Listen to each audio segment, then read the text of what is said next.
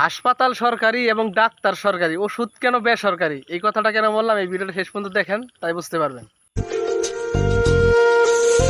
এই যে নেন, এই ওষুধগুলো বাইরে কোনো ফার্মেসি থেকে কিনে নিন। বাইরে কোনো ফার্মেসি থেকে? বাহির থেকে কেন ম্যাডাম? আপনাদের সরকারি হাসপাতালের যে ফার্মেসি আছে ভিতরে, ওইখান থেকে না কেন? কারণ এই ওষুধগুলো আমাদের এই সরকারি হাসপাতালে নাই, তাই আপনাকে বললাম বাহির থেকে কিনে নিতে। মেডিসিন নাই? তাহলে ম্যাডাম লিখছেন কেন এই ওষুধগুলা? কি আজব, এই ওষুধগুলো আপনার প্রয়োজন? ম্যাডাম, এই হাসপাতাল কি সরকারি? হ্যাঁ। আচ্ছা, আর আপনি সরকারি ডাক্তার? কি আজব, হ্যাঁ আমি সরকারি ডাক্তার। ম্যাডাম, আপনি সরকারি ডাক্তার, এই হাসপাতাল সরকারি, কিন্তু দেখেন তো আপনি মেডিসিন লিখছেন বেসরকারি। আমারে বাইরে থেকে ওষুধ কিনতে হবে। আপনাদের ভিতরে তো একটা সরকারি ফার্মেসি আছে ম্যাডাম,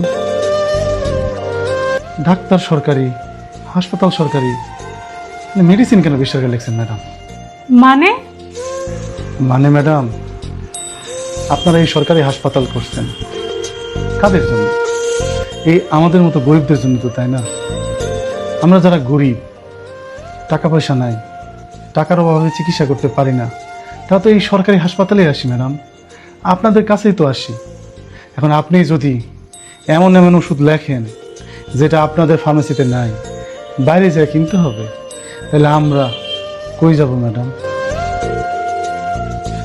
আপনারা যদি আমাদের এই গরিবদের ওষুধ দিতে নাই পারেন, তাহলে এই সরকারি হাসপাতাল খেলা, এই ফার্মেসি খেলা, এই নাটকগুলো কেন করেন ম্যাডাম আপনারা আমাদের সাথে?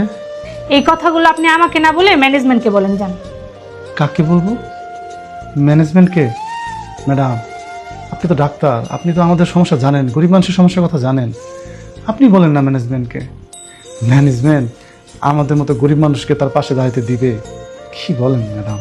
ম্যাডাম, আমরা যদি ওই বাহিরের প্রাইভেট ফার্মেসি থেকে যদি ওষুধ কিনতে পারতাম, তাইলে ম্যাডাম এই সরকারি হাসপাতালে আমরা আসতাম না।